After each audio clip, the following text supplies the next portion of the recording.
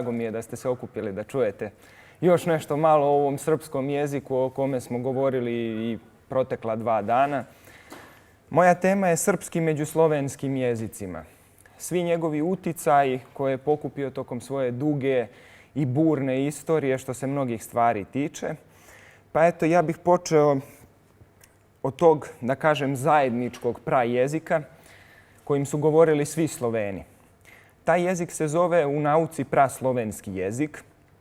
Nažalost, mi nemamo ni jedan zapis praslovenskog jezika koji je došao do naših dana. Praslovenski jezik je rekonstruisan isključivo zahvaljujući naporima naučnika koji su se bavili proučavanjem svih slovenskih jezika, slovenskih dijalekata, njihovim prikupljanjem, njihovom sistematizacijom i uz usrdnu pomoć mnogih ljudi sa svih krajeva sveta kojima su, da kažem, slovenski jezici na srcu.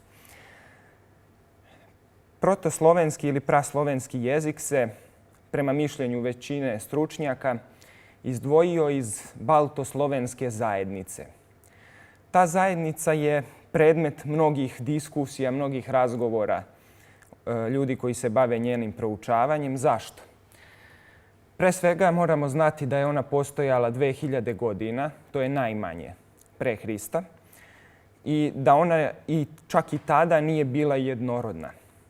Svaka nejednorodnost u jeziku je najčešće ispraćena migracijama stanovništva. Dakle, vreme, prostorni raspored i kretanje stanovništva su najveći neprijatelji jezičkog jedinstva koji postoje u istoriji. Baltosloveni su živjeli na prostoru centralne Evrope. Oni su se također selili, da kažem, u nekoj manjoj meri na prostore istočno-slovenske nizije današnje. Dakle, to je pre svega područje današnje Litvanije, Poljske, Rusije, severne Ukrajine. Njihovi dijalekti još ni tada nisu bili jednorodni. Postojale su određene dijalekatske razlike koje su, kao što sam rekao, bile uslovljene njihovim prostornim razmeštajem. Najveće promjene u strukturi tog jezika došle su sa doseljavanjem stanovništva iz Azije. Dakle, to su ona velika vrata naroda u istočno-slovenskoj niziji koja su tako naglo izmenila etničku i jezičku sliku Evrope i u suštini stvorila ono što mi danas poznajemo kao slika, da kažemo, evropskog kontinenta. Slovenski jezici su se prema mišljenju većine stručnjaka od baltoslovenske zajednice izdvojili seobom Skita i drugih iranskih naroda koji su prodrli sa prostora Srednje Azije u Evropu. Gde se to zapravo ogleda u današnjim slovenskim jezicima, pa između ostalog i u srpskom jeziku? To se pre svega ogleda u izvesnom broju, dakle pre svega u leksici, dakle u izvesnom broju reči koje postoje u sadašnjem srpskom jeziku. Ako uporedimo slovenske jezike sa drugim indoevropskim jezicima, primetit ćemo da reči kao što su nebo, raj, bog, uglavnom ili ne postoje u drugim evropskim jezicima ili je vrlo teško pronaći njihove odgovarajuće paralele. Za njih se smatra, dakle, da su došli iz iranskih jezika i da je upravo ta iranska seoba bila ključna za razbijanje baltoslovenske zajednice i odvajanje na tu, da kažem, južniju slovensku granu i na severniju baltičku. Iako su Sloveni u početku bili malobrojniji, to se, dakle, da kažemo, početkom nove ere već polagano menja u brojčanu korist Slovena pre svega. Sloveni postaju brojniji od Balta, Balti ostaju potisnuti na sever. Dakle, od onoga što je danas ostalo od baltskih jezika, mi znamo naravno najznačajniji je litvanski sa svojim dijalektima. Pored toga tu je letonski koji je pretrpeo i ugrofinski uticaj, a od jezika koji su nažalost nestali, tu je pruski jezik koji se govorio na prostoru današnje Kalinjingradske oblasti, to je najzapadnija ruska eksklava, i naravno severne Poljske. Slovenski jezici su se međutim ubrzo raširili, čak i teritorijalno. Tako imamo slovensku seobu, dakle, na zapad. Ona dopire do polovine današnje Savezne Republike Nemačke. Na istok se Sloveni sele, kao što znamo, najveća zemlja je Rusija, a na jug se Sloveni sele u više pravaca i u više navrata. Jedan od tih praslovenskih dijalekata koji je otišao delom, dakle na jug, jeste i srpski praslovenski dijalekat. Zašto kažem delom? Zato što vrlo dobro znamo da Srbi nisu, današnji Srbi, da nisu jedini narod koji sebe tim imenom naziva, a da pripada slovenskoj grupi naroda. Pored njih postoje i najbrojniji su, dakle, koliko se sećam, nekih 60.000 ljudi, lužički Srbi koji žive na tromeđi Češke, Poljske i Nemačke. Oni danas imaju, usled različitih verskih i geografsko, da kažem, i još i istorijskih razlika, imaju dva književna jezika, gornjolužičko-srpski i donjolužičko-srpski. Pored njih postoje u Češkoj republici jedno pleme koje se zove Nabski Srbi. Oni se nisu, da kažem, jezički izdvojili, više su se utopili u Čehe i u Moravce, tako da o njihovoj posebnosti ne možemo govoriti. Kao što su, da kažem, od Baltoslovena Sloveni imali više sreće, tako su i od svih ovih plemena koji sebe zovu srpskim imenom, južni Srbi ili samo Srbi imali najviše sreće. Srbi su se, dakle, da kažem, slovenski deo naših predaka se u današnju Srbiju i u druge srpske zemlje doselio sada po mišljenju različitih ljudi, ali prema istorijskim izvorima koji su donekle pouzdani, možemo reći da je to sredina 7. veka. Naravno, seoba ranijih je bilo i različitih premeštaja i razmeštaja stanovništva, ali to je toliko široka i velika tema da na nju ne treba toliko trošiti reči. Srbi su se, dakle, doselili u središte Balkanskog poluostrva i mislim da je upravo to jedan od najvećih razloga zbog kojih danas srpski jezik opstaje pod različitim imenima, naravno, i pod različitim, pre svega, političkim nazivima, u različitim tumačenjima, ali ipak opstaje kao najveći slovenski balkanski jezik.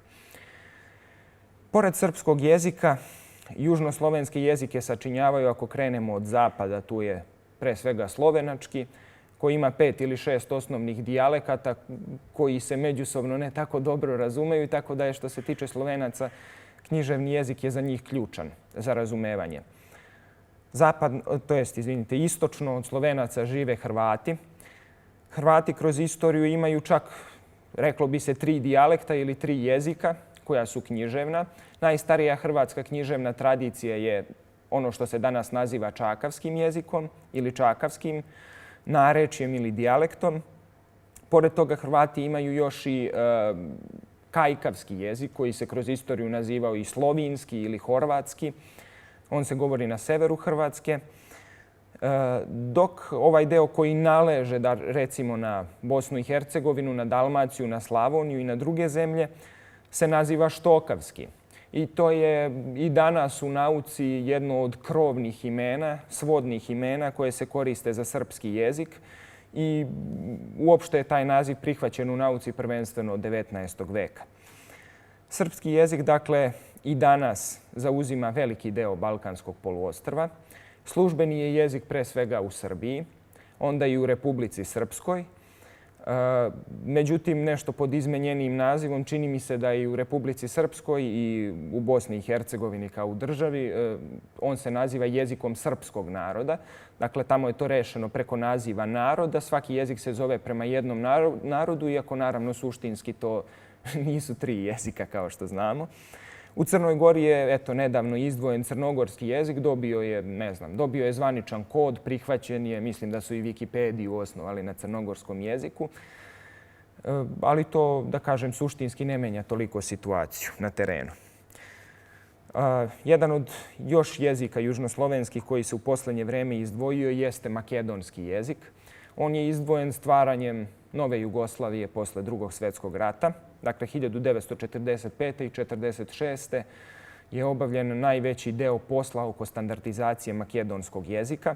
Pre toga se on smatrao ili zasebnim dijalektom, jer zaista pokazuje određene posebnosti u okviru te južne grupe jezika, ili nekim prelaznim srpsko-bugarskim dijalektom. Naravno, srpski lingvisti su ga tumačili u sklopu tog južnog dela srpskih dijalekata, dok ga bugarski filolozi i danas tumače kao deo zapadnih bugarskih dijalekata.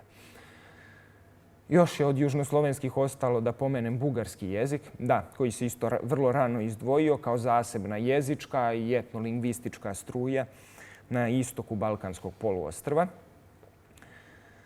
Ali nisam pomenuo ono što može biti najvažnije upravo za istoriju svih slovenskih jezika. To je staroslovenski jezik koji zapravo predstavlja dijalekat slovenski koji se govorio u Južnoj Makedoniji. Naravno, kada govorim Makedonija, mislim na istorijsku Makedoniju, ne na današnju Severnu Makedoniju. Dakle, okolina Soluna i u suštini taj pojas grčke, odnosno grčko-bugarske granice koji se proteže sve do Carigrada. Kako je do toga došlo i zašto je upravo taj jezik izabran da bude, to jest sticajem istorijskih okolnosti, zašto je upravo taj jezik postao prvi slovenski književni jezik i prvi slovenski pisani jezik. To je vrlo bitno. Radi se zapravo o tome što je taj dijalekat bio najbliži Carigradu, koji je tada naravno bio sedište Istočnog Rimskog carstva i gde se zapravo pojavila ideja za uvođenjem slovenskog jezika kao liturgijskog jezika. Mora se priznati da je istočna, dakle pravoslavna crkva, bila naklonjenija razvoju slovenskih jezika i njihovom negovanju od zapadne crkve. Katolička crkva je, nažalost, u to vreme sprovodila određenu jezičku politiku trojezičja, koja se ogledala u tome da samo oni jezici na kojima je napisan natpis na krstu na kome je Hristos razapet smeju biti liturgijski jezici. To su hebrejski, odnosno tadašnja ta stara hebrejska i aramejska varijanta jezika koja se govorila u Palestini. Latinski jezik, naravno, kao ključni jezik, da kažem, zapadnog sveta, zapadne nauke i zapadne crkve. I pored toga, naravno, grčki jezik na kojem su napisana neka od evanđelja i naravno na koje je prevedeno Sveto pismo. Slovenski jezik se tu pojavio kao jezik u tom trenutku većine stanovništva na Balkanskom poluostrvu.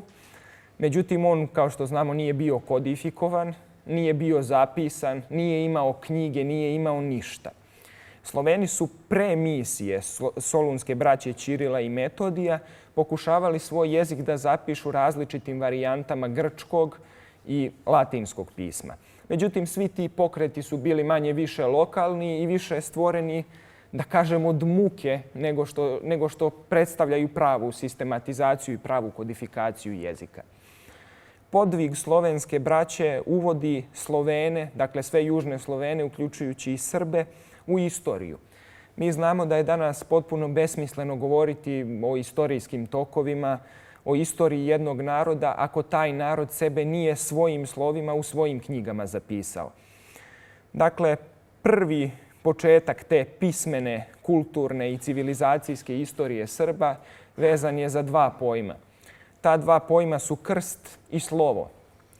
Krst, nažalost, kod Srba,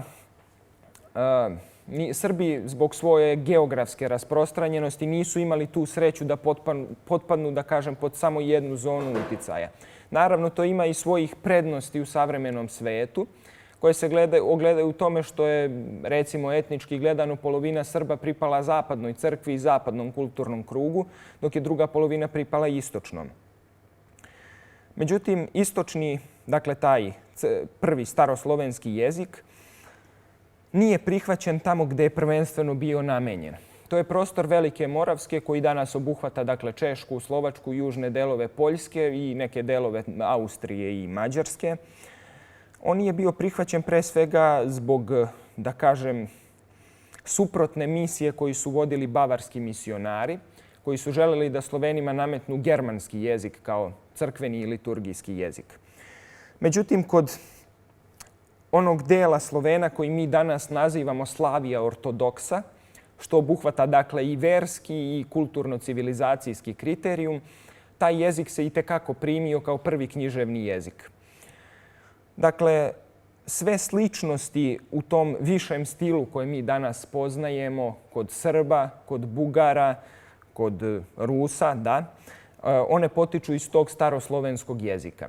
Zanimljivo je da su se već prve zajednice monaha, na primjer koji su živjeli na Svetoj gori, okupljali da stvaraju taj zajednički viši književni slog koji je kasnije poslužio kao književni i liturgijski jezik koji se ubrzo izrodio u ono što zovemo crkveno-slovenski jezik. Sam staroslovenski jezik naravno nije nastavio da postoji kao nešto što je odvojeno od svakodnevnog života Slovena. Ubrzo se izdvajaju redakcije staroslovenskog jezika i one zapravo predstavljaju smesu tog književnog staroslovenskog jezika sa narodnim elementima i narodnim govorima. Tako možemo govoriti o srpsko-slovenskom, hrvatsko-slovenskom, bugarsko-slovenskom, rusko-slovenskom, češko-slovenskom i tako dalje. Naravno, svi ovi jezici nisu bili u istoj meri razvijeni, pre svega zato što nisu naišli na odgovarajuću potporu u smislu crkve, u smislu državne administracije. Dakle, negde su ti pokreti za stvaranjem slovenskog jezika i njegovim usavršavanjem bili ugušeni, a negde su bili podsticani, rasprostirani i tako dalje.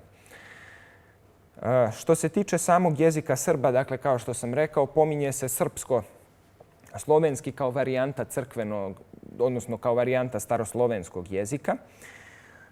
On se koristio za zapisivanje raznih administrativnih stvari, dakle u državi i u crkvi. Imamo različite kodekse, zakonike, povelje, sve ostalo što može inače biti pisano u srednjovekovnoj pismenosti. Narod je naravno nastavio da govori različitim narodnim dijalektima koji su polako prožimali taj književni jezik koji se koristio. Dakle, iako se ponekad u savremenoj nauci, kao što znamo, suprotstavlja pojam književnog i govornog jezika, u slučaju srpskog jezika se ne može reći da je razlika bila tako velika i tako snažna da služi kao prepreka u stvarnom korišćenju jezika. Ne. Staroslovenski jezik sa tačke gledišta današnjeg srpskog jezika jeste njegov stariji rođak. Dakle, nije nikakav tuđi jezik, nije nikakav potpuno stran jezik koji narod nije razumeo.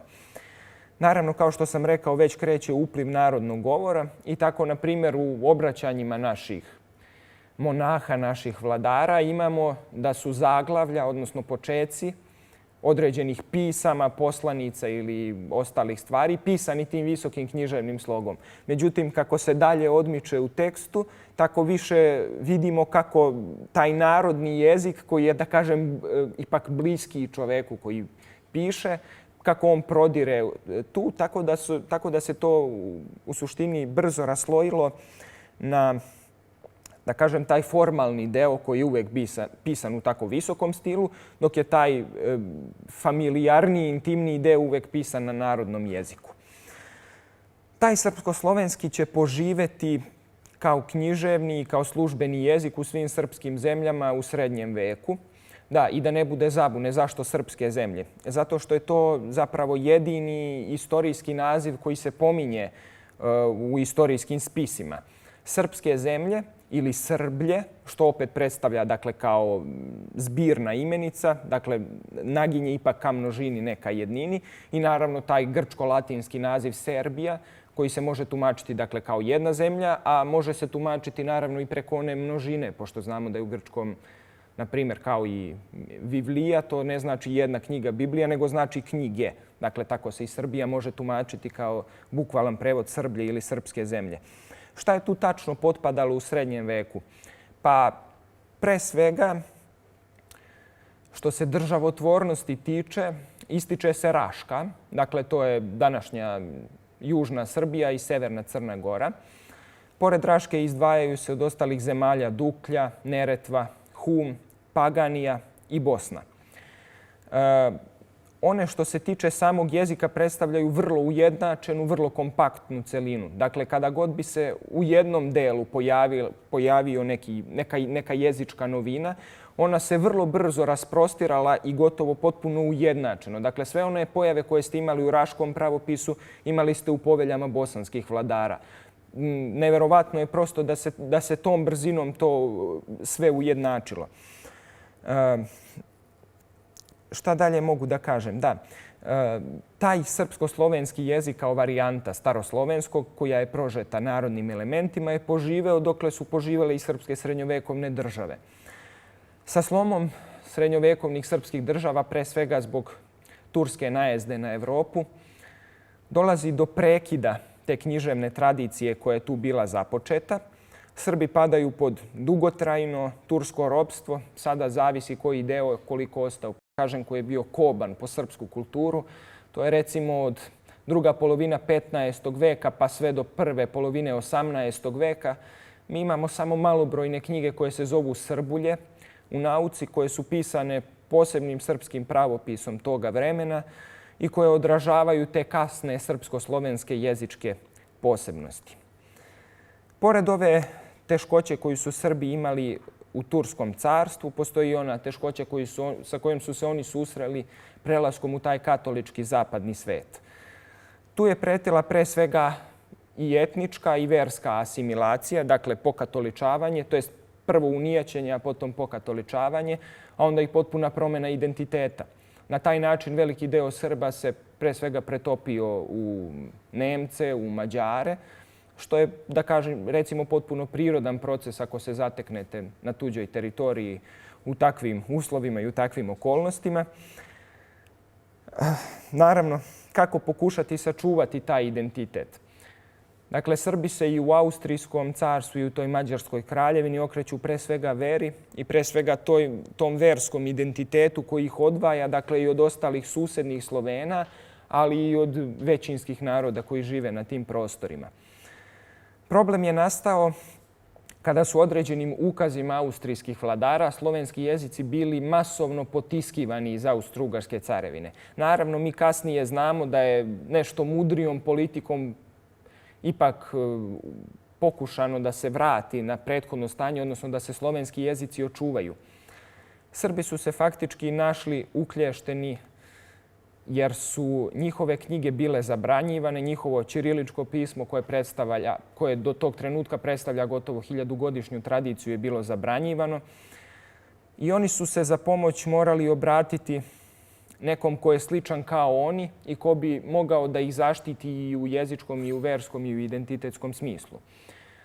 Srpski arhimandriti se obraćaju ruskim učiteljima. Oni izmoljavaju da Rusija kao najbliža, što se toga tiče, recimo pravoslavna i slovenska zemlja koja piše ćirilicom, pošalje svoje učitelje koji bi među Srbima povratili tu izgubljenu pismenost.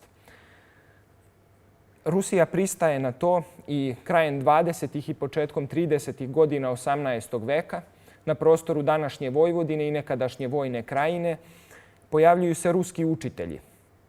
Oni šire, dakle, slovensku pismenost na ćirilici, međutim, ona je bila, kao što znamo, pošto sam pomenuo na početku, dakle, da što je veće rastojanje, što je veća udaljenost među ljudima, to se jezik brže raspada, pa tako se u Rusiji toga doba govorio, naravno, ruski narodni jezik, ali sa rusko-slovenskim elementima. A rusko-slovenski jezik je opet ruska redakcija onog starog slovenskog jezika, koja se najviše, naravno, zadržala u crkvi, mada u Rusiji u to vreme crkveni i govorni jezik, jezik administracije, jezik nauke nije imao toliko veliku razliku.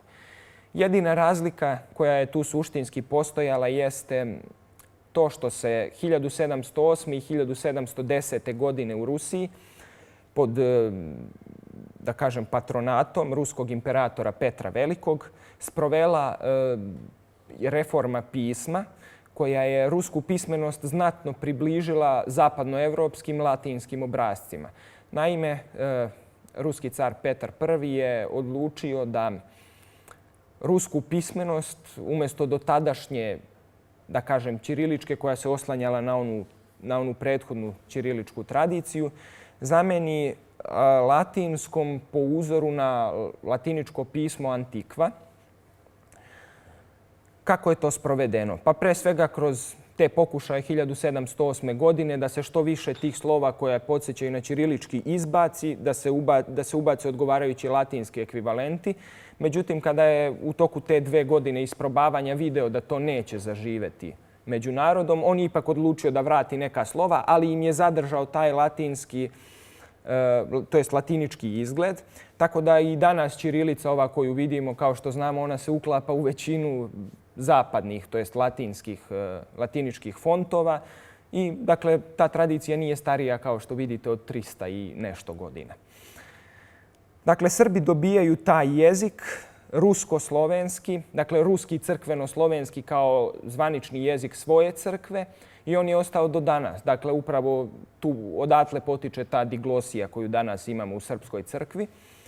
A kao građanski jezik, kao jezik građanskog staleža u Austriji i Ugarskoj se uzima jezik koji se danas naziva slaveno-srpski ili slavljeno-serbski, koji zapravo predstavlja mešavinu, ali ovoga puta novu mešavinu, ruskog građanskog jezika uz neke elemente ruskog crkvenog jezika i srpskog govornog narodnog jezika tog vremena, dakle 18. veka.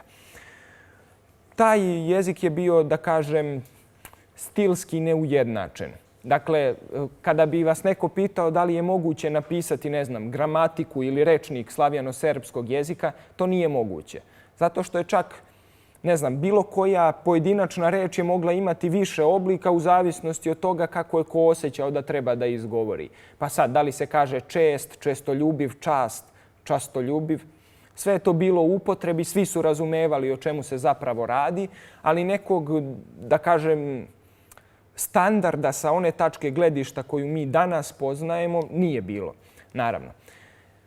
Takav jezik je postojao, dakle, kao jezik građanskog staleža Srba u Ugarskoj i u Austriji. Međutim, njega su koristili i kao službeni jezik i u ovom turskom delu srpskih zemalja. Tako da, kada otvorite bilo koju srpsku knjigu, tamo početak 19. veka ili 18. vek, vidjet ćemo taj jezik koji nas danas izuzetno podsjeća na ruski, što se tiče samog pisma, što se tiče same grafike i što se tiče samog, naravno, jezičkog sastava. Takav jezik, kako da kažem, on se primio u tim građanskim slojevima i među Srbima tada, kao i među svim Evropljanima u to vreme, pismenost nije bila nešto što je, da kažemo, bila prvoklasna odlika naroda. Dakle, ne samo među Srbima, nego i među drugim narodima procenat pismenosti je bio izuzetno nizak. Svega 5 do 10% ljudi je zapravo uopšte moglo da čita i da piše. Tako da sa te tačke gledišta je potpuno jasno zašto je jezik građanskog staleža u većim gradovima korišćen kao službeni jezik. Međutim, Austrija se nije tek tako lako pomirila sa ruskim uticajem koji se odjednom pojavio na njihovoj teritoriji i ona kreće da menja svoju politiku prema Srbima pa i prema svim ostalim Slovenima.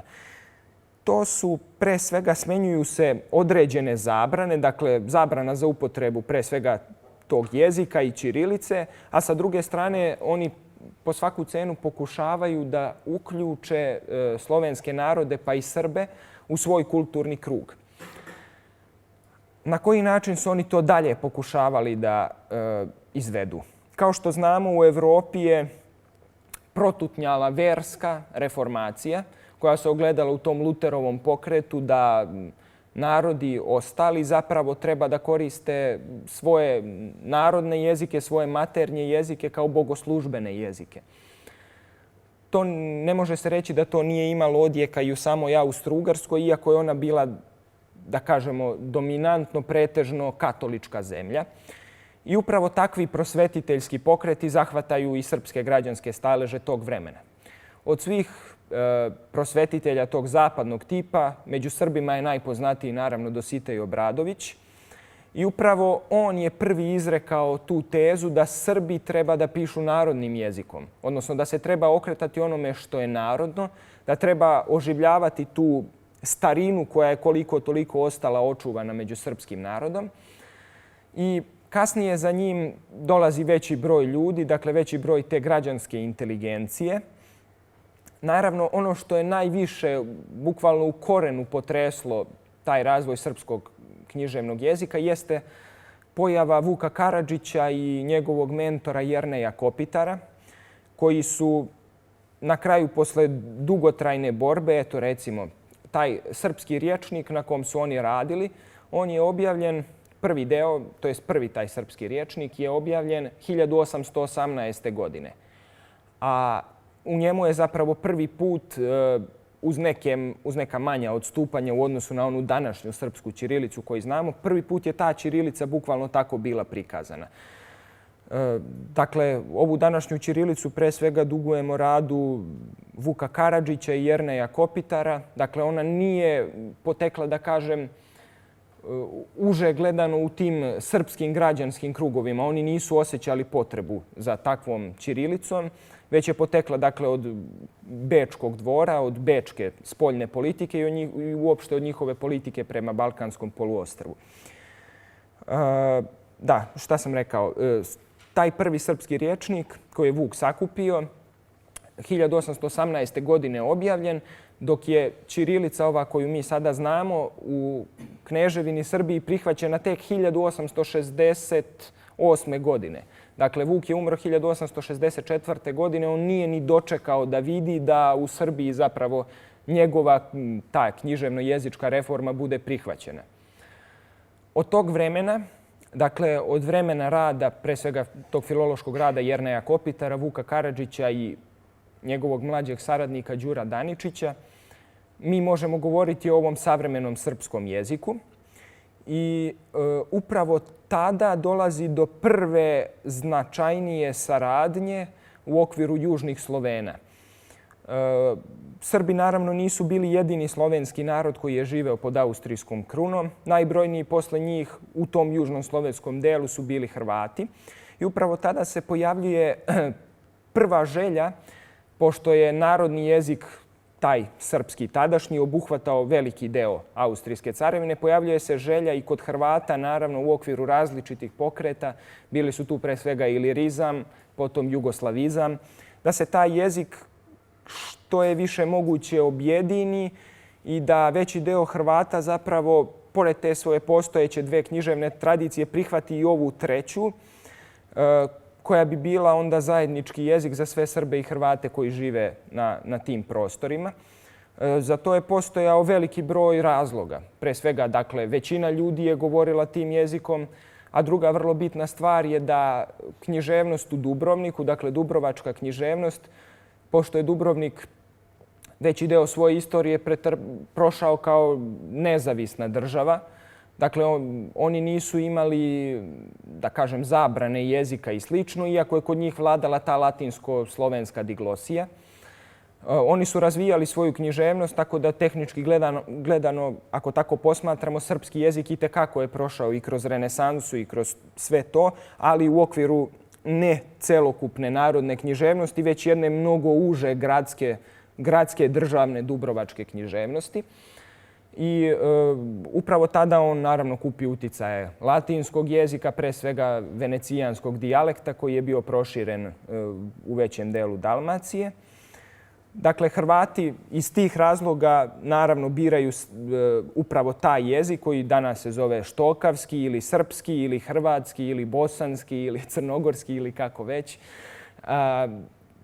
Pre svega to im je pomoglo da se narodno ujedine. Drugo, stvorena je jedna kompaktna celina naroda koji govori istim jezikom. Tako da danas možemo reći da, iako prema tim zvaničnim popisima, pošto je u politici naravno razdvojen srpski i hrvatski i ostalo, ipak danas oko 21 milion ljudi govori srpskim jezikom, što kao maternjim, što kao drugim. Što praktično znači da je on posle ruskog, poljskog i ukrajinskog zapravo najveći slovenski, najrasprostranjeniji slovenski jezik. Upravo u toj atmosferi, dakle, Srbi ulaze u savremeno doba. Kao što znamo, ubrzo je nakon svih tih ratova koji su se odvili, prvenstveno Balkanski ratovi, pa potom i Prvi svjetski rat, stvorena zajednička država Srba, Hrvata i Slovenaca u kojoj je taj jezik postao dominantan. I upravo to je, kako da kažem, presudni činilac na ovu današnju jezičku sliku koju mi vidimo na Balkanu.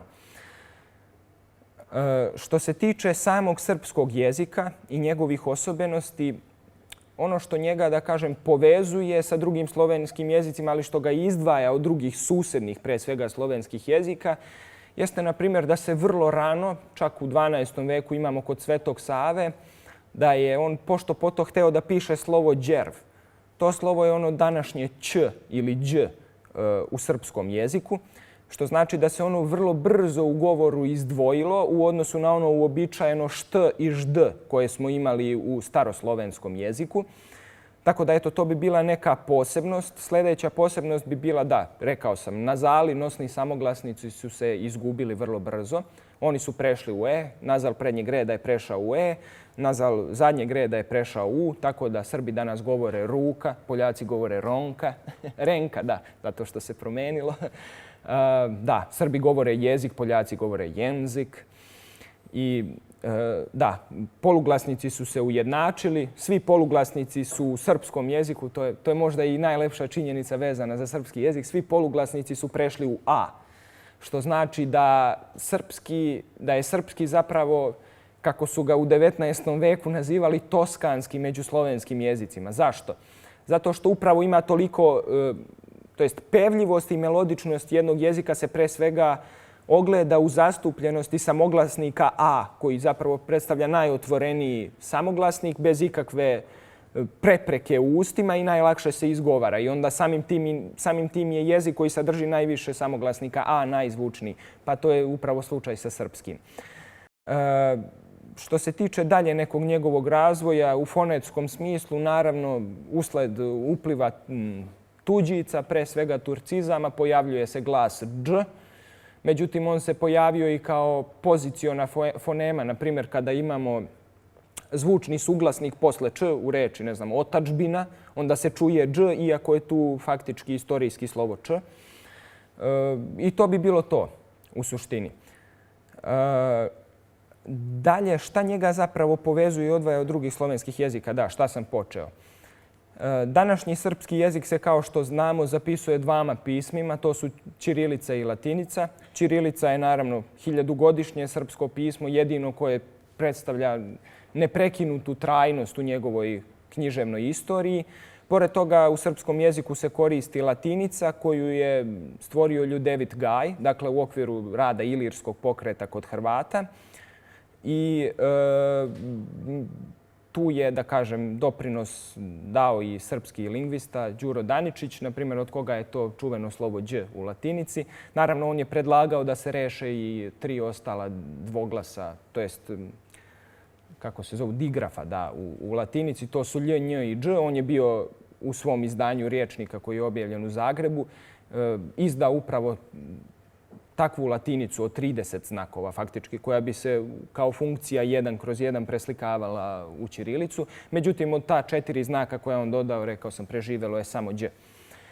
Dakle, što se tiče srpske istorije, većina Srba, dakle i onih koji se danas osjećaju Srbima u nacionalnom smislu, pripada pod ono što se naziva Slavija ortodoksa, odnosno pravoslavno slovenstvo, dok jedan deo Srba, naravno, je ostao u katoličkoj veri. Usred turske najezde, naravno, ima i Srba muslimana, iako su te dve poslednje grupe danas malobrojne.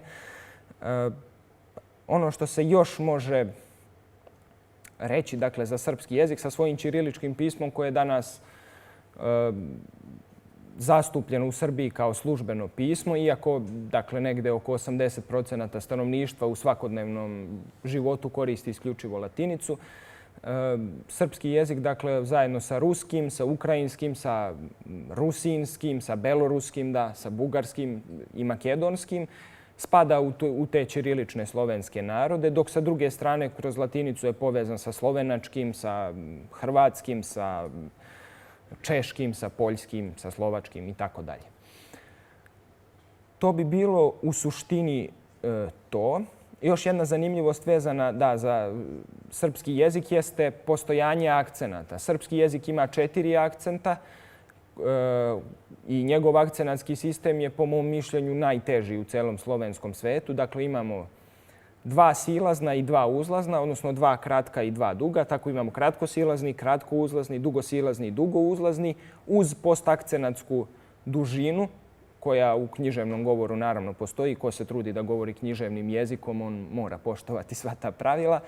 Tako da sa fonetske strane, što se tiče učenja, srpski jezik je verovatno najteži jezik ako se gleda potpuno savršenstvo u njegovom vladanju. Dakle, ako želite da naučite srpski tako da niko ne može da prepozna da li ste maternji govornik, morate proći kroz učenje fonetskog sistema koji je toliko komplikovan.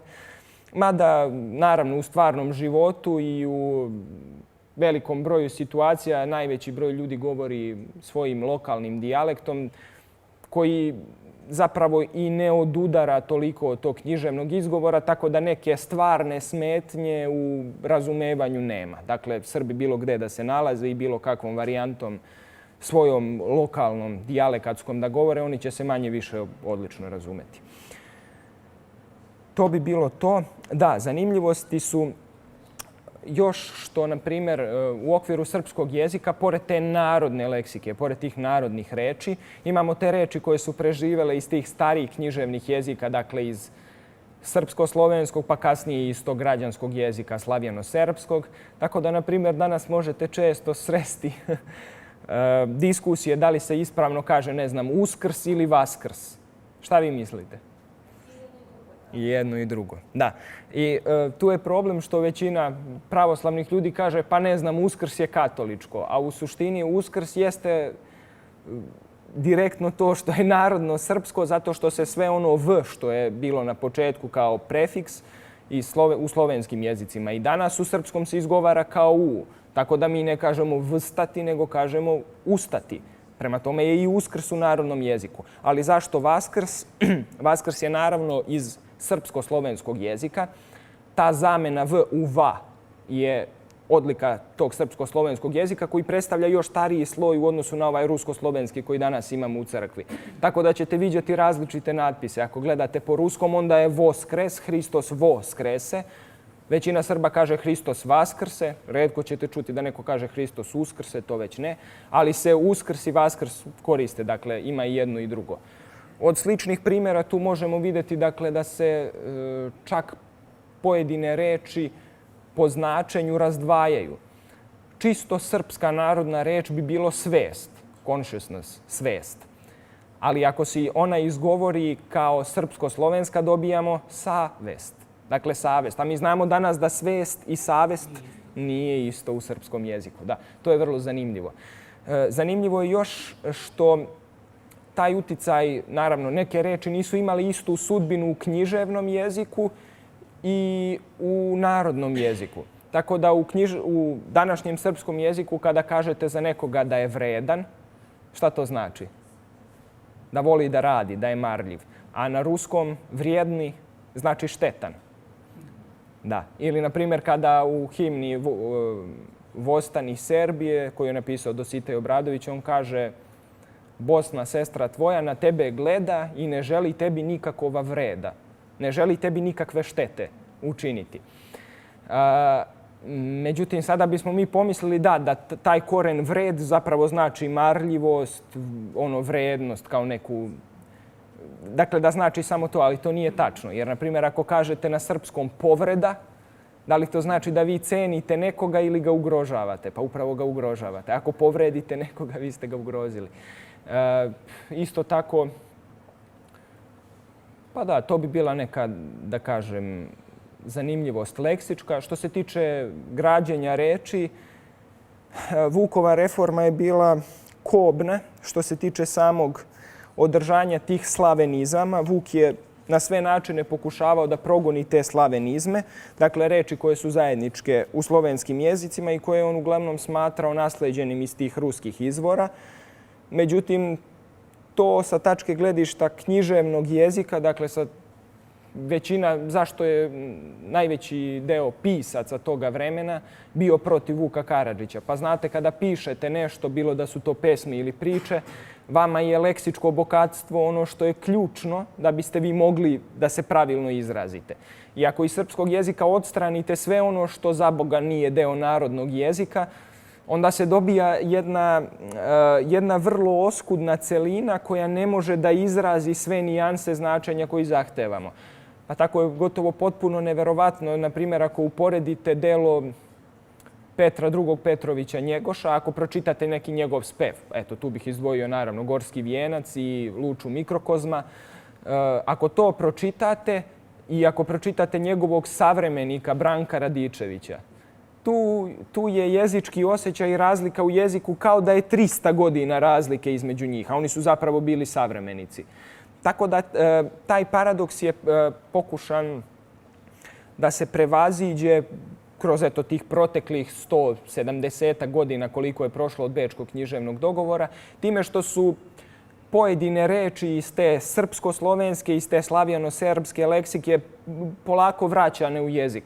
Dakle, sve te reči kao što su pohvalan, koristoljubiv. Dakle, čim imate ta dva korena i čim imate to nadograđeno, osjeća se da nije iz narodnog jezika, međutim u svakodnevnom govoru već više to niko ne primećuje. Tako da se daljim razvojem te književnosti srpske, srpsko-hrvatske uspelo vratiti donekle to pređašnje stanje, što ja smatram da zapravo predstavlja jezičko bogaćenje. Jer ako gledamo sa druge strane, problem je nastao kada se izbace sve te reči koje se nazivaju slavenizmima, šta onda raditi? Mislim, sve te više ideje koje postoje u jeziku se na određeni način moraju izraziti, ali kako? I onda je naravno Vuk jedan deo tih reči, ali nažalost onu najnižu leksiku pokupio iz turskog. Mislim, to su turcizmi i oni danas polako već nestaju, veći deo njih.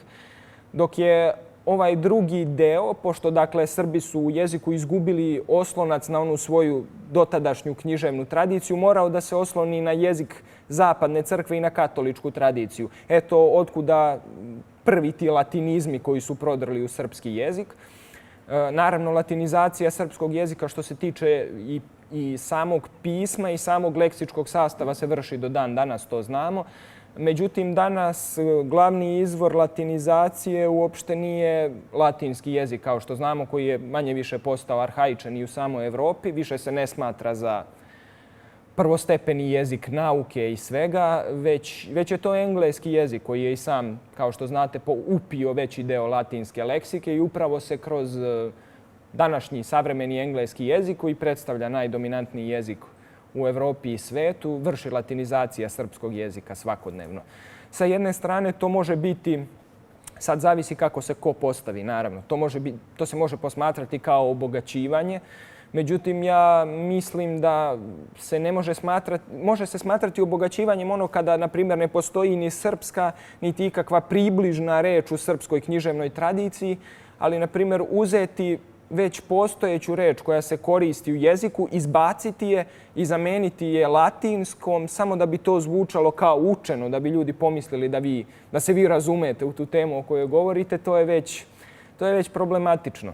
I, nažalost, to su neki tokovi koji su danas vrlo primetni u savremenom srpskom jeziku.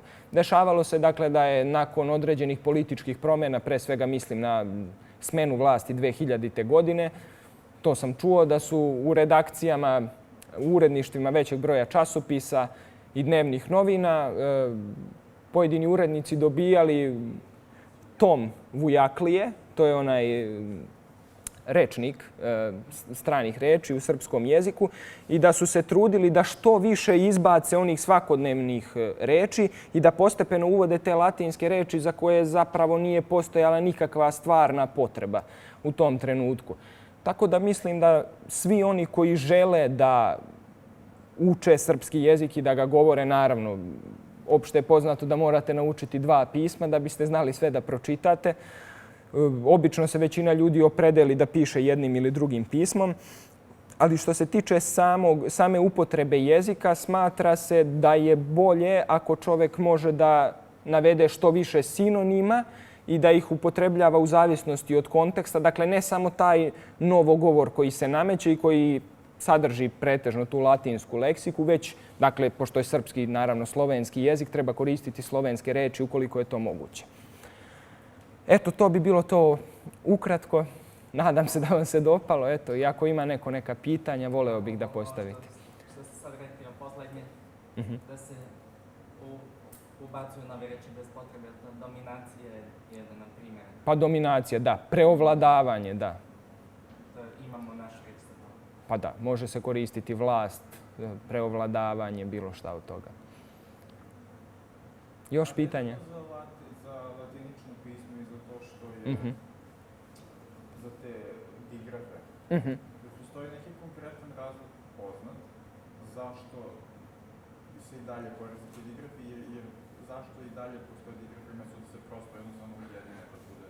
Jasno. Pa da, sa tačke gledišta zdravog razuma potpuno je nepotrebno da uopšte postoji ikakvi digrafi ako se pismo može vrlo lako svesti na to. Međutim, problem je zapravo mnogo širi.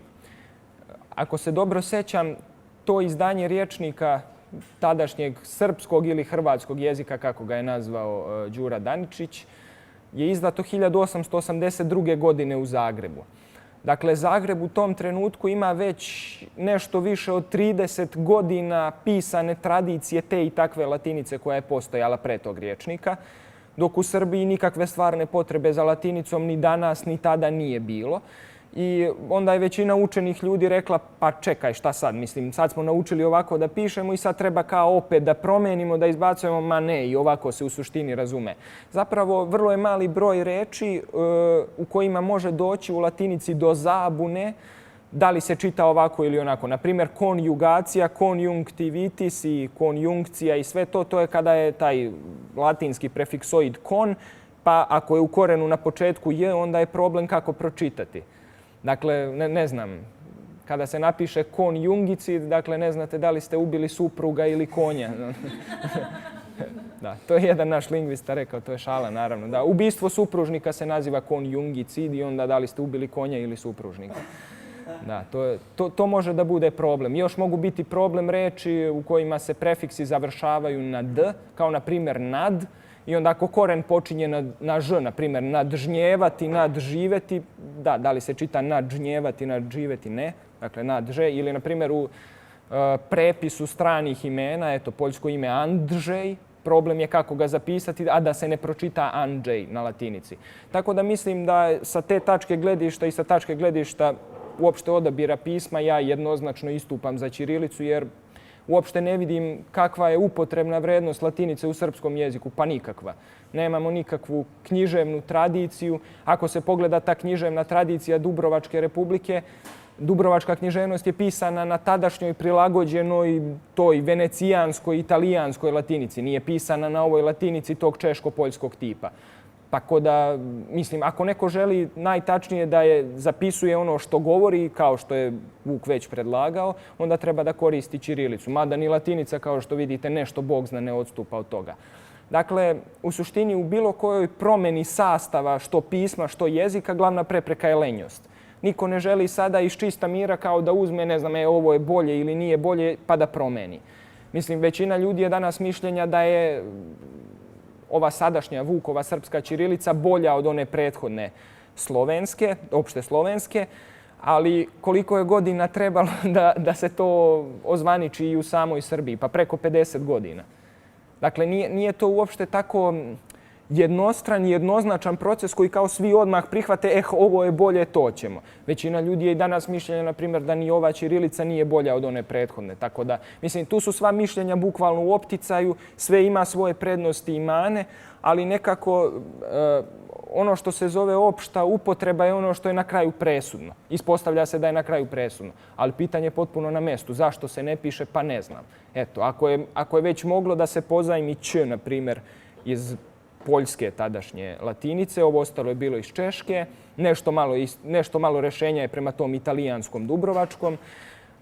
onda bi bilo potpuno najnormalnije da se, ne znam, iz češkog ili iz poljskog uzme i nj, da se neko od prilagođenih slova, na primjer w iz poljskog koristi kod nas kao lj ili nešto tako. To bi bilo najnormalnije, ali mislim da niko zaista ne želi to da menja. Ali sada, to tada možda nisu imali taj problem, ali sada se sa digitalizacijom javlja malo problem, recimo barem u Srbiji. Ako konvertuje se određeni tekst iz latinice u ćirilicu ili ćirilice u latinicu, ume da nastane problem. Naravno da ume da nastane problem, jer, na primjer, pošto nijedan tekst nije potpuno jednorodan, da kažem. Na primjer, mi kada pišemo, kada odaberemo bilo koje pismo i pišemo, tu naravno ima cifara, ima brojeva, ima svega. I, na primjer, jedan od problema je, pošto Srbi vole da za vekove i za tako neke stvari koriste rimske brojeve. I onda kada otkucate ceo tekst latinicom i onda tamo napišete x i x vek i onda vam na ćirilicu prevede šta, hih ili nešto. Da, nešto što ne može. Dakle, nije tekst nikada potpuno jednorodan i nikada neće moći potpuno lako da se prenosi. Ali mislim da je tu upravo, ne mogu reći da je zakon podbacilo je samo sprovođenje zakona. Dakle, funkcionalna dvopismenost je nešto što je suštinski nepotrebno u bilo kom jeziku, osim ako to nije, ali to ti već možeš bolje objasniti, za japanski. To nije dvopismenost, tropismenost, četvoropismenost, šta već, u smislu da jedno istiskuje drugo, odnosno kao biraš, pišeš jedno ili drugo. Ne, to je funkcionalna raslojenost i razdvojenost. To se ne može porediti sa ovim što mi imamo. Apsolutno. Da, tu ne sme da se pogreši. Mislim, naravno, verovatno oni znaju kod loših pisaca, upotrebljava se manje kandžije ili šta već, to već ne znam. Ali, dakle, u Srbiji zakon je jednoznačan, jasan. Dakle, problem je jedino što se to u praksi ne primjenjuje. Dakle, sprovođenje zakona i zakonskih odredba o jeziku i pismu je problem. A sam jezik i samo pismo i nije toliki problem. Pogotovo sada, mislim, kada je...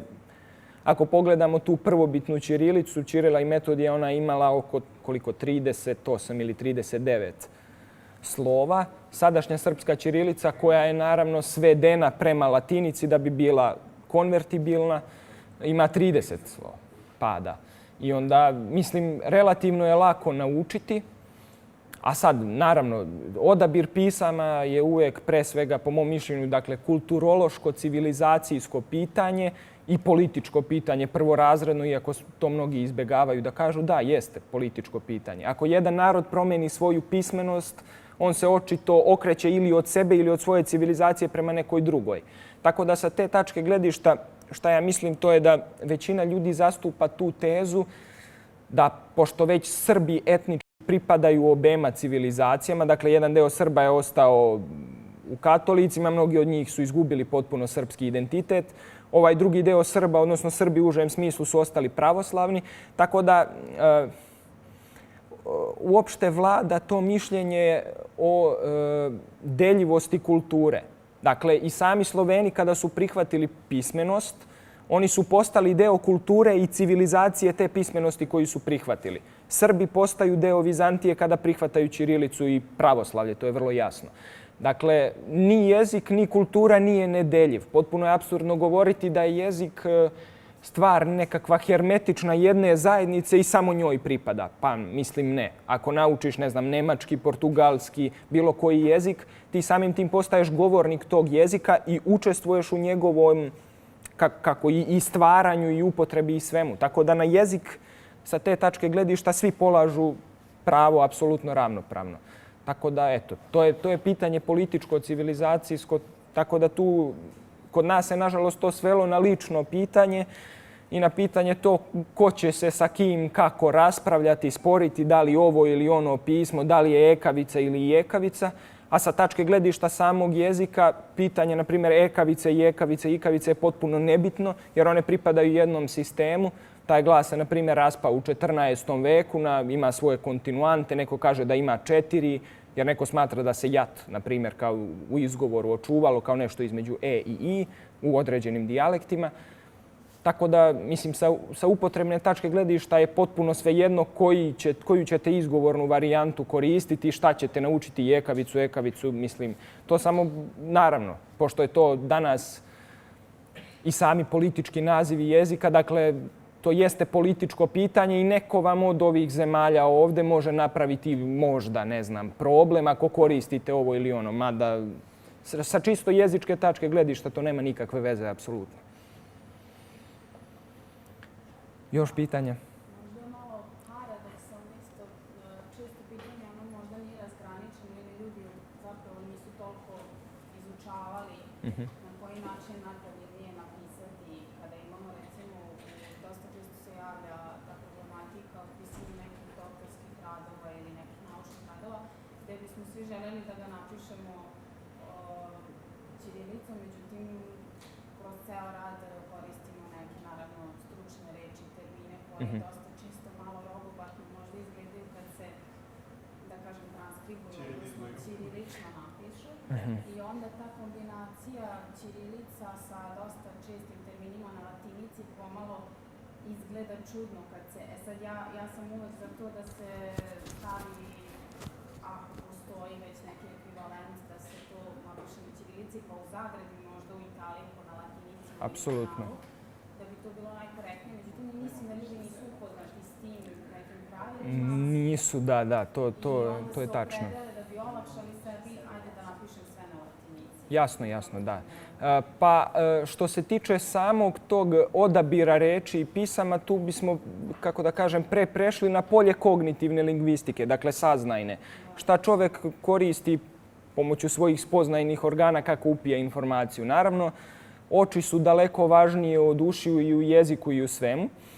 Prema tome, kako da vam kažem, ako za srpski jezik odaberete latinicu, potpuno je jasno da će reči koje pripadaju, dakle, tom zapadnom svetu, koje su zasnovane na latinskom jeziku, izgledati prirodnije i normalnije. Ali onda ispada da odabir pisma nije samo lični odabir da li je jedan ili drugi grafički sistem, već on sa sobom vuče dosta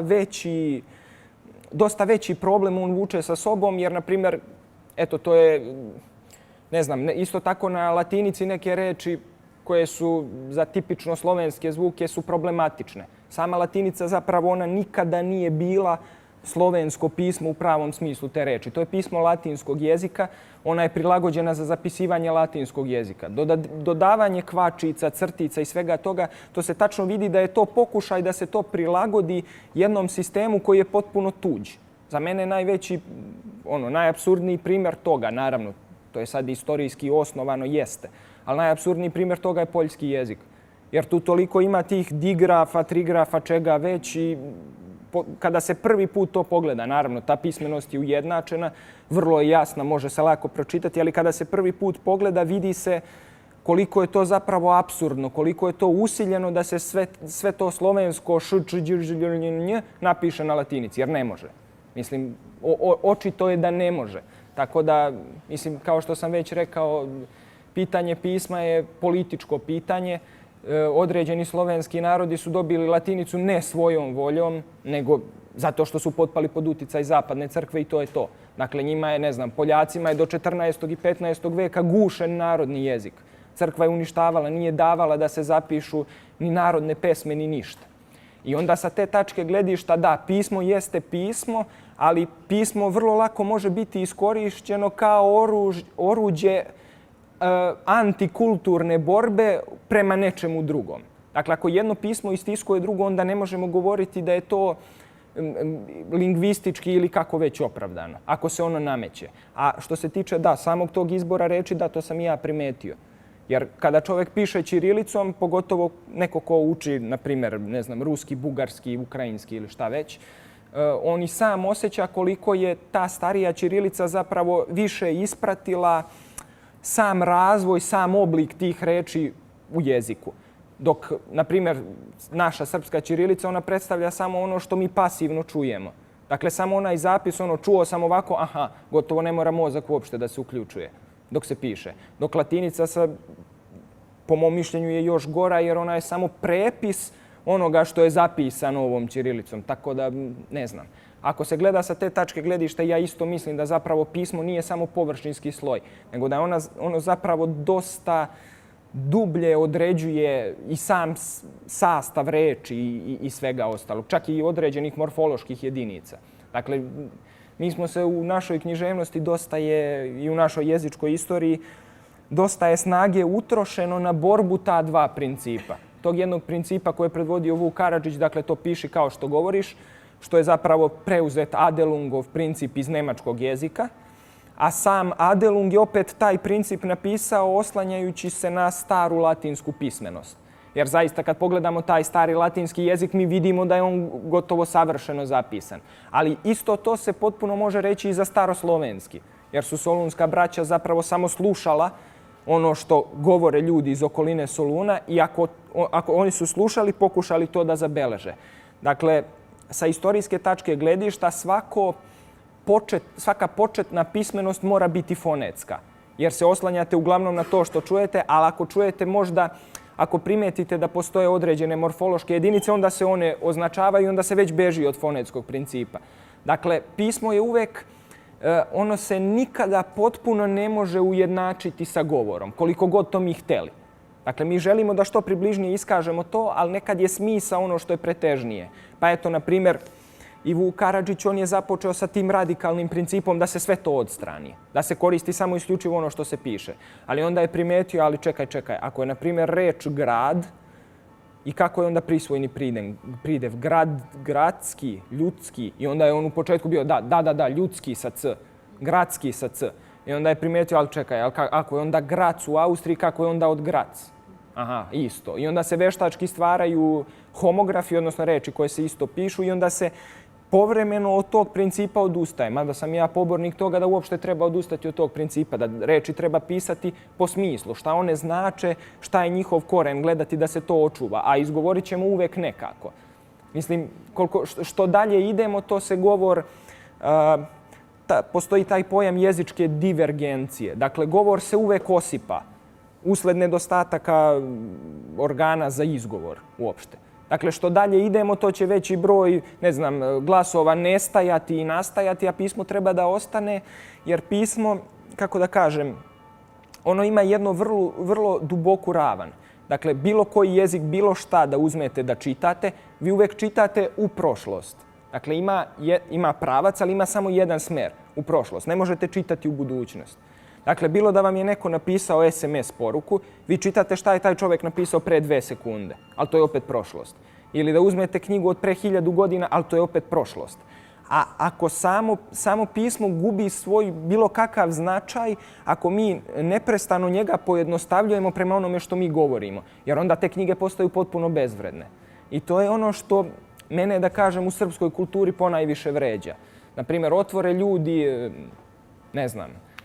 neka evanđelja tamo, nebitno, iz srednjovekovne srpske pismenosti i onda se to otvori i to se prikazuje, kao muzejski primjera, kao vidite knjiga, da. Ali knjiga ne služi da se gleda u nju kao u izložbeni primjerak, nego služi da se čita. Ako niko ne može to da otvori, da pročita i da raščita, osim nekog užeg kruga stručnjaka, onda ne vidim šta je svrha tog pisma, ako je ono za zatvoren krug ljudi.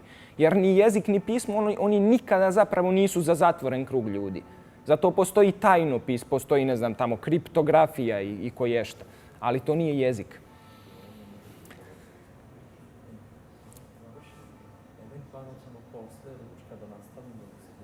Dobro, kako želite. Vaši. Ako ima neko sad pitanje, ali da, ako želite nešto i ako smislite, slobodno posle, bez ikakvih problema. Tako, hvala.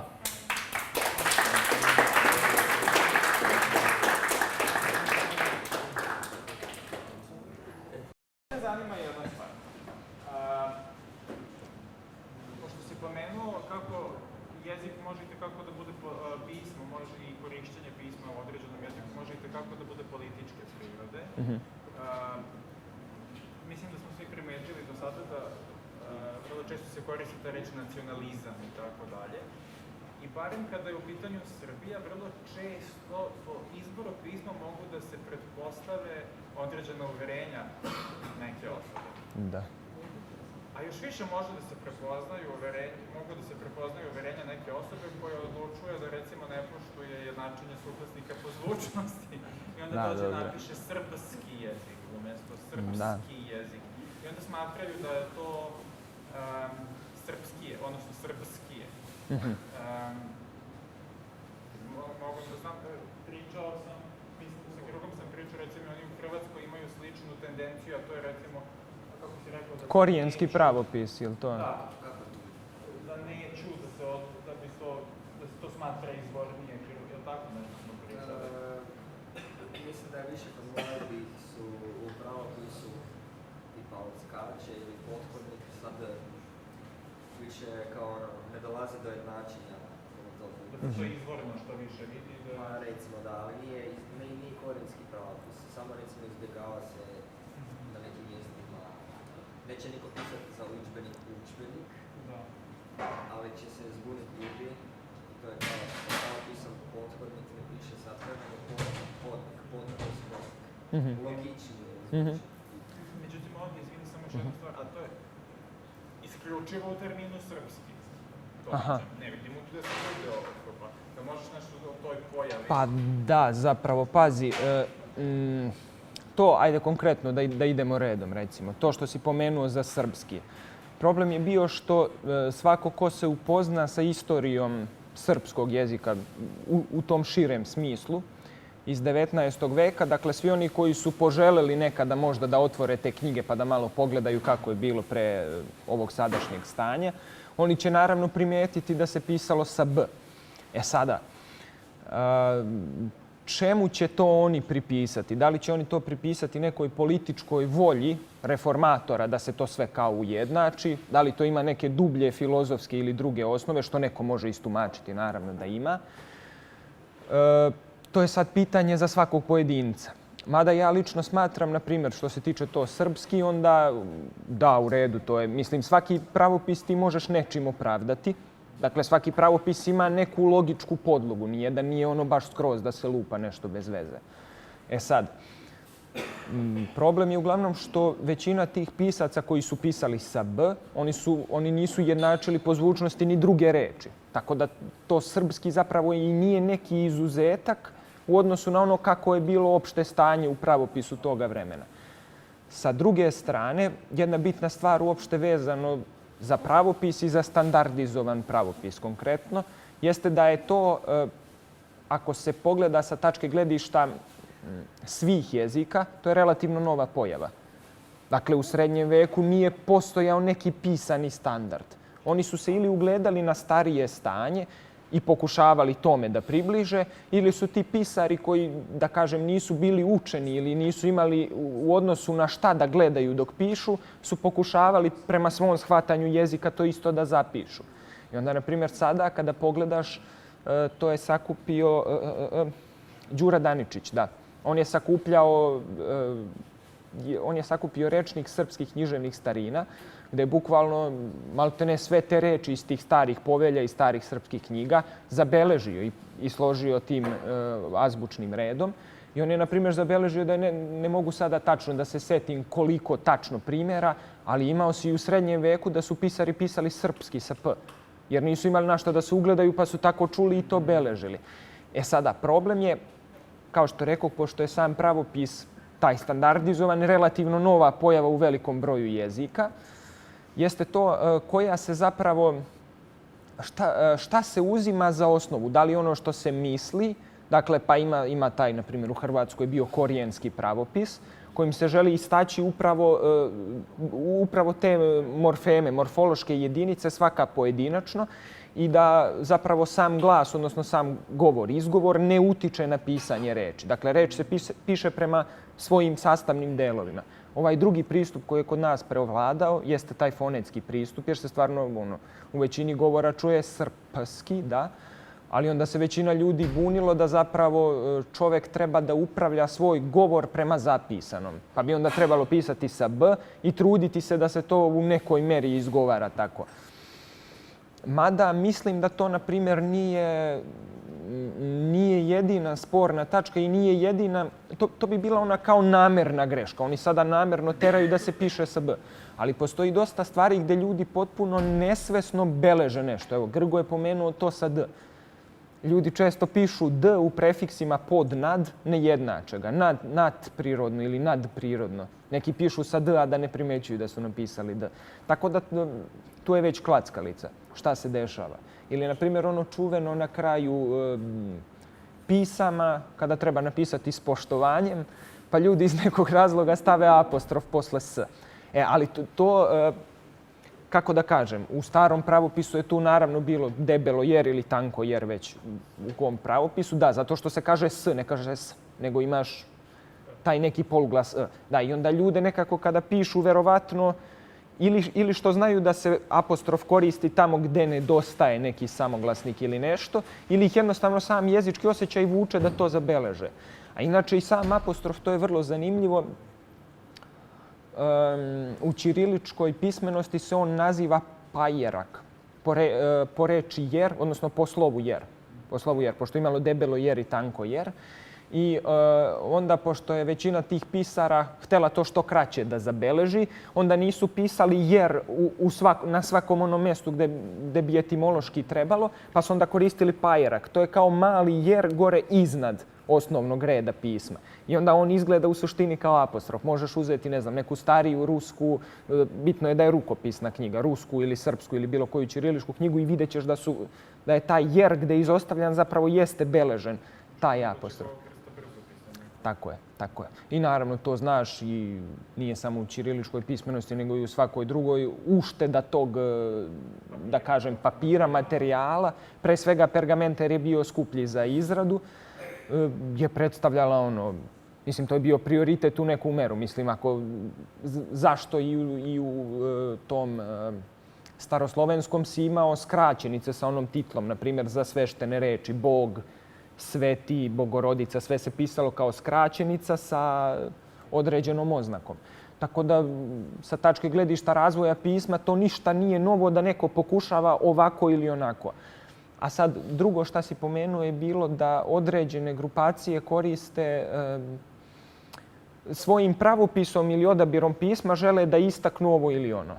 Da, ali mislim da to sve ukupno kada bi se sabralo ne bi bilo ni 20% od svih ljudi koji uopšte koriste srpski jezik. Jer većina ljudi ono piše mehanički, uopšte ni ne razmišlja.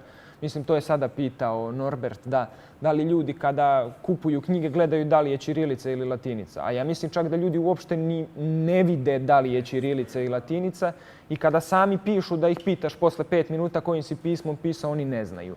Zato što i jedno i drugo, mislim, mozak je do te mere to automatizovao da može čovjek da čita i pola da piše. Ja mislim da bi se čitalo, niko ne bi primetio. Tako da, neke grupe ljudi ističu šta već, zapadno, evrofilsko, koje god opredeljenje kroz latinicu, dok tradicionalisti mogu to isticati kroz ćirilicu, mada ta podela bi se mogla uvesti, ali u većini slučajeva ona jednostavno ne stoji, to niko ne razmišlja o tome. Ali nije da ne postoji u određenom, da, naravno postoji. I neko namjerno piše kao ovako ili onako da bi kao nervirao ovog drugog ili da bi istakao nešto svoje, da, može. Se to uvijek svodi uglavnom na taj jedan termin umjesto na... Pa upravo. Da, malo ko je zapravo stvarno zagrebao i pokušao kao sad, znaš, pišem srpski pa sad hajde da pišem i sve ostalo isto tako. Pa da, ali to bi zahtevalo učenje opet. A to niko neće da radi. Tako da, kako kažem, jezik svakako ima svoju tu znamenonosnu ravan, simboličku, znaš. On ipak nešto simbolizuje i ljudi određenim rečima ipak nešto više pokušavaju da istaknu nego što je prost zbir određenih slova. Tako da, sa psihološke tačke gledišta, naravno, svakakvih pokušaja ima to. Je li bilo još nešto? Još si nešto pomenuo? Pa dobro, da. Pa da, na primjer, eto, naši ljudi u dijaspori koji žive u rasejanju, da, neki od njih vrlo brzo zaboravljaju jezik i pismo i ništa im to ne znači, asimiluju se, potpuno se utapaju u sredinu. Drugi žele, naprotiv, da naglase svoje poreklo i svoju jezičku pripadnost, pa se trude sve to da očuvaju. Ali, kako da kažem, malo ljudi, čini mi se, uopšte jezička svest, ta jezička svest i jezička samosvest je vrlo niska. Uopšte na Balkanu, ja mislim. Da ljudi vrlo, vrlo retko uopšte razmišljaju uopšte onome što govore i što pišu, tako da to neke dublje osnove nema kod nas. Eto. I tako mislim da ako se to ne bude na određeni način jasno propisalo i još bitnije sprovodilo, i što se tiče jezika samog, na primjer pravopisa, i što se tiče politike, ako se to ne bude jednoznačno sprovodilo, neće nikakve razlike biti u nastavku. Mislim, vrlo verovatno će bez pomoći države, na primjer, ćirilica biti vremenom istisnuta ili će biti održavana na tom nekom najmanje mogućem pragu, to jest, ne znam, da se štampa bukvar, ako se uopšte više bude štampao, da se uči, ne znam, u prvom razredu osnovne škole, da jedan pismeni zadatak bude na tome, ali bez stvarne primjene, dakle u stvarnom životu, ono šta se dešava kada čovjek izađe na ulicu, gde se zapravo i odvija sva ta razmena misli i svega. Ako tu ne bude bilo ćirilice, onda... Ali imaš neku informaciju o tome koliko je trenutno, recimo, u čitavom izdavaštvu u Srbiji, koliko je zastupljena ćirilica, koliko latinica, koliko... Čini mi se, naravno zavisi od izdavačke kuće do izdavačke kuće. Sami lingvisti se žale, na primjer, da ni oni ni država, dakle, pošto su neki od njih vodili prepisku sa izdavačkim kućama, da oni zapravo nikoliko nisu uspeli da utiču na izbor izdavačkih kuća. Jer, mislim, izdavačke kuće se ovdje, pošto je tržište manje više otvoreno u čitavoj ovoj oblasti, da kažem, oni se rukovode isključivo ličnom zaradom. Njih uopšte jezik i to ne zanima, oni štampaju ono što će se prodavati. Dakle, ako se isti srpski jezik govori i u Bosni i Hercegovini, i u Hrvatskoj, i u Crnoj Gori, i u Srbiji, ako ga isto tako mogu čitati možda neki Bugari, ne znam, ili Makedonci, ili Slovenci, ili ko već, to samim tim znači da je tržište za prodaju knjiga veće, a oni se vode svojom zaradom i onda je vrlo jasno kakav je izbor pisama. Da, lingvisti tvrde da ne mogu da ih nateraju, država neće da se meša u privatne poslove određenih firmi, dakle ne želi ništa da nameće. Prodaja, izdavanje, štampanje knjiga se ne podrazumeva kao službena upotreba jezika. Dakle, to nije službena upotreba jezika, jer je samo, ja mislim, kod nas razdvojeno javno i službeno, iako je to pre bilo drugačije. Dakle, pre je javno i službeno bilo isto, kao što je, na primjer, i u većini evropskih zemalja. Koji se jezik propiše za službeni, na njemu u suštini treba ispisivati sve ono što je opšte dostupno. Naravno, postoje jezici manjina, pisma manjina i ostalo.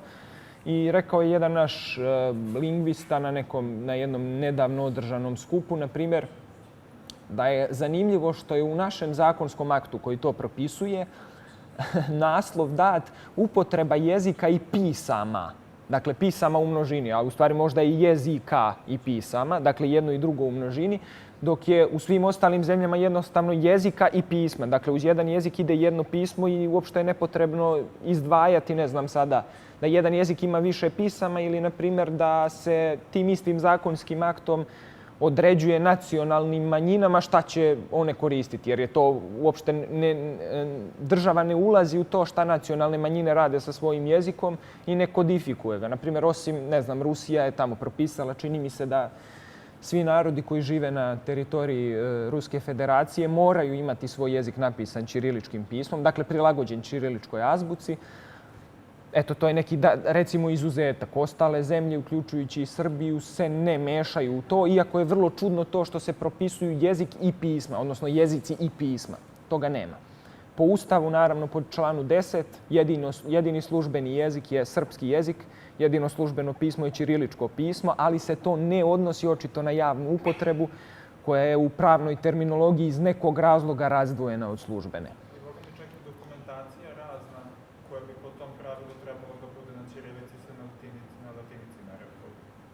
Pa da, evo, na primjer... Da. U bankama, banke najčešće sve Da, ali to je već poslovna delatnost, tu država nema ništa. Dakle, zato što ispada da nije službena, nego je upotreba, firma je kao ono zasebno lice, ona nije država. A za potpisivanje ugovora se ne vodi kao službeno? Trebalo bi da da. Ali oni kažu da je ta službena upotreba samo u vođenju prepiske ili u razgovoru sa državnim organima. A banka nije državni organ. Znači, kada pišeš dopis opštini ili nekome drugome, onda bi kao moralo ćirilica, mada mislim da ni to uopšte niko ne proverava. a ovo ostalo uopšte kao ne, oni nemaju obavezu. Mada ne znam, da. Mislim da je to propust. Ustav je jasan, samo se to ne sprovodi zapravo. Ne? Upoređivali smo naše dokumenta, naše lične karte. Meni vozačka na latinici. Meni nije. Pa da, ali morao sam poseban zahtev da tražim. Da, to je zanimljivo. Lična karta je na ćirilici, pasoš je na latinici, ali na ovoj Gajevoj. Mada ne znam, mislim, to je meni potpuno apsurdno. Naprimjer, Nikola Janković, imam Ć u prezimenu. A onda dole u onom kodu na dnu pasoša, koji zapravo i služi da se on elektronski očita na onim uređajima, piše C. Tako da ja uopšte ne vidim, kako da kažem, postoji tu... Nije to toliko dobro i tačno uređeno ili, na primjer, šta znači, ne znam, treba da putujem u Mađarsku i dam mađarskom cariniku pasoš i šta piše? Državljanstvo srpsko. Piše na srpskom, na latinici srpsko. A šta to znači za mađarskog carinika? Ništa. Mislim, mi smo napravili pismo koje kao bi trebalo svi da mogu da čitaju, ali ljudi uopšte ne shvataju da jezik nije nerazumljiv zbog pisma, nego je nerazumljiv zbog svoje strukture i svog uopšte značenja. Znači, ljudi koji ne znaju srpski, njima je potpuno svejedno šta piše.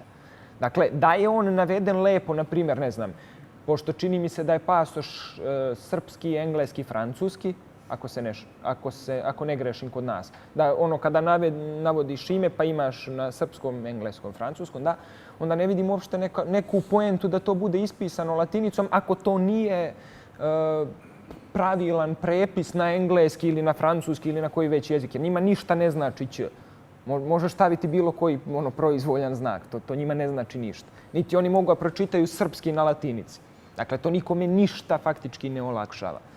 Tako da mislim da je tu iz nekog nepoznatog razloga to popustilo. Čini mi se da su u celoj državi samo 2 pasoša izdata na ćirilici i to na lični zahtev i to preko nekog tamo ombudsmana za manjinska prava. Moraš da se prijaviš, ne znam, da si srpska manjina ili otkud znam više, uopšte ne znam kako je to otišlo, da bi dobili na ćirilici. Vozačka dozvola, da, samo je potrebno naglasiti kada se ode u SUP, da, mora da se naglasi da želi da bude izdat, a oni kao kažu, ne znam, možda budete imali problema u inostranstvu, mada niko to realno ne gleda. Tako da, eto, to je što se ti... Pa da, nebriga u suštini, to je manjak svesti o jeziku, nije ništa drugo. Ima neko možda još neko pitanje, komentar? Pitajte. Koristite. Pa ništa, to je to onda. Jel bi možda neko još ko je držao predavanje želeo da doda nešto? Apropo svog predavanja? Ne? Pa ništa. To je to što se ovo želi. Hvala.